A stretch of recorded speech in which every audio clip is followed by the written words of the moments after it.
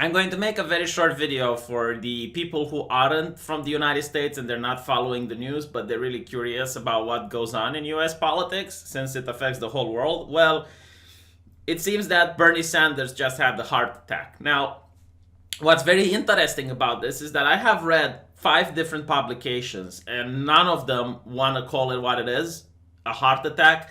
Like they will beat around the bush and say he undergoes procedure for artery blockage or he underwent heart surgery or something like that. They just don't want to call it heart attack, right? Like the definition of a heart attack is when you get necrosis when the cells are dying because of artery blockage. That's so I just found it highly interesting. That's all. To me, it wouldn't surprise me if the Guardian writes an editorial saying Bernie Sanders' body became capitalist. They decided that the unfair distribution of blood towards the heart needs to end. And this is why capitalism kills people. Just weird. That's all. Like, here's the thing that boggles my mind. Why do they copy each other homework? Because at this point, it's like if I was a teacher, I would notice that they didn't at least bother changing a detail here and there, not to notice that the homework is being copied. Kind of reminds me of how art critics, worked in Romania. Ignore the cat. The cat is upset about Bernie Sanders. It's a Bernie supporter. But there was this piece in a journal in Romania talking about a very famous art critic who discovered something unnatural. He discovered that one of his friends was writing about an art piece without actually going to the museum. And as he looks into it, he realizes that this is a trend. What the critics would do is that someone would go to the museum, he would write the piece, and then the other people would, instead of doing the thing that was their job, would just read the piece written by the first art critic and just elaborate on that. So obviously because of it, a lot of misinformation was being passed, that there was lazy writings and such forth. And I can't help but think that this might be also what the journalists are doing. Like, remember the very interesting thing where the politicians were calling the Sri Lanka attacks to be an attacks on Easter worshippers, a term that's almost never used within Christianity, because they don't worship Easter, they worship Christ. And everyone was upset about that. They were like, oh, you're trying to avoid Christians. But no one asked the question, like, how is it possible that allegedly people who don't speak with each other on a daily basis would release tweets within a couple of minutes of one another using that particular term? In my opinion, what is really shocking about it is that it was a PR campaign that was in charge of their Twitter accounts and organized it internally, because there's no other explanation for different people to use the same terminology. And again, like if you're a high school teacher and you find different pupils giving you a similar homework, it's obvious that they copied from one another, right? But right, so again, let's talk about Bernie Sanders a little bit. I find it weird that America chooses only elderly politicians. It's one of the peculiar things about U.S. politics. I mean, look at what other politicians, other countries like to choose. Haba haba. But no, with the U.S., it's always old people. Like, look at it. Hillary Clinton, ancient. Bernie Sanders, ancient. Trump, ancient. Like you get all these dinosaurs coming up.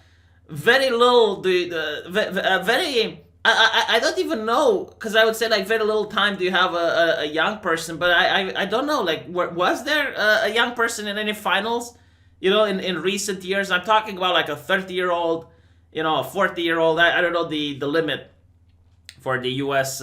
Presidential candidates. I think it might be a little bit higher, considering that Alexandria Ocasio-Cortez is being taken away from me.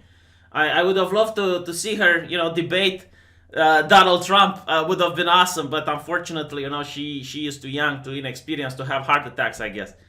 But yeah, a lot of people were worried about Sanders not being able to run for the second time, and the Young Turks were hoping, and people were writing in the comment section like, the guy is literally one heart attack away. People were pointing out when Sarah Palin was vice president, it's like, you do understand that if she wins, the president of America would be a heart attack away from having Sarah Palin as the president. Now, what's very interesting about Bernie Sanders, and I think should be mentioned, is that the last election, this guy was considered to be the far left of the United States. Like, you couldn't go more left leaning than Bernie's politics, right? You had Bernie Sanders, which was far left, and you had Hillary Clinton, which was the corporate left, if you will. And he not only didn't manage to win, but there were a lot of speculations in the press saying that he got a private jet from Hillary Clinton, not her personally, but her foundation and the people around her. Like, he was paid off in order to not only drop out, but to support her. Because if you guys remember, like, he pledged his support towards Hillary Clinton at the end of the campaign. And it's almost certainly that the votes were rigged so that even though he might have been the favorite, he lost, in favor to the corrupt elite Hillary Clinton. Nowadays, you look at the Democrats, and Bernie Sanders is not far left at all. Like, he is actually one of the moderates. He would be considered, like 4 years ago, the reason a lot of Europeans liked him was because he was just, basic bitch leftist for here on Europe. Like, everything he was asking were things that were already in Europe, like ban all the guns or some shit. Like, okay, Europe doesn't have guns. Social healthcare for all. It's like, okay, that is something that we have in Europe. Like, literally, he wasn't over the top. He wasn't, outlandish, if you will. Talking about how the environment is going to kill us in 12 years unless, we change, or, asking for socialism, wealth redistribution, the confiscation of private property. These weren't things that he was campaigning for. To me, he seemed like a very weak individual. The moment I saw how those Black Lives Matter ladies bullied him into submission, I was like, well, if some ladies on the street managed to bully him into submission, if I was an American and this guy would represent me with foreign leaders, like the ones from Iran and the ones from North Korea, it's like, yeah, I definitely wouldn't see this guy having the backbone in order to do what needs to be done, to defend America's interests. Because look, like, some women on the streets are bullying him. That was really bad PR for me. So that's what I said before I even knew about politics, that if I was an American, I would never vote for him. But now he is actually considered not left enough. In fact, I know leftists on Twitter who hate his guts, who are saying, like, after we're done with Trump, we need to go after Bernie Sanders. Because he's still, like, corporate to them. He's not communist enough. And it's shocking that in 4 years, the Democrats have veered so far to the left. They constantly say everyone else is a Nazi. But I don't think everyone else is a Nazi. I think they're just next to Stalin, and Stalin is from the grave, is just pointing, look at all these Nazis everywhere. Nazi. So it's really interesting, right? To me, Trump at the time wasn't someone out of the ordinary either. Like, to me, Trump was just another right winger, and he was being called all those names, and the press was spearing him, and I was like, even for a right winger, he's quite progressive. Like, he is pro-choice. He isn't a Bible thumper.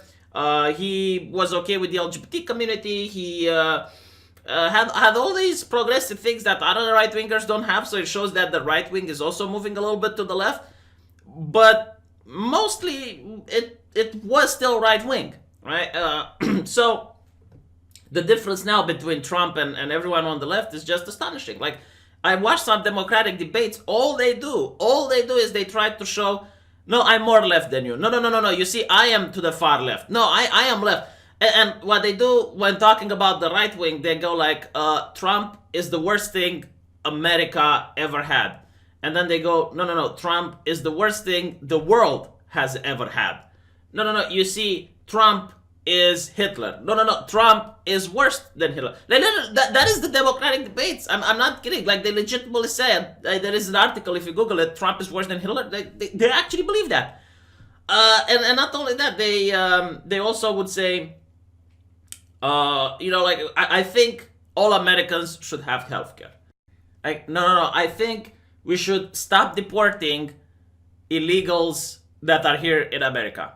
No, I think we should stop deporting illegals who even committed a crime here in America. No, I think I am going to cross the border and bring illegals over to American soil. No, I think we should get rid of the border definitively. No, I think that people who come into America should have free healthcare. And I'm looking at this and it's like, all right, but what do the people think? Like, did you look at the polls? Is this what really your constituents believe that you should be doing? Is this what is going to attract people to vote for you? Or is this just you trying to show, no, I'm more left than you guys, so you can't call me a racist? Like, you need to think about, they call Obama supporters racist because Obama was, against the border. They call Nancy Pelosi a racist. Like, literally everyone is a racist now. And the left is traumatized about being called racist. And, it's going to be an interesting play. Let's see how it works out for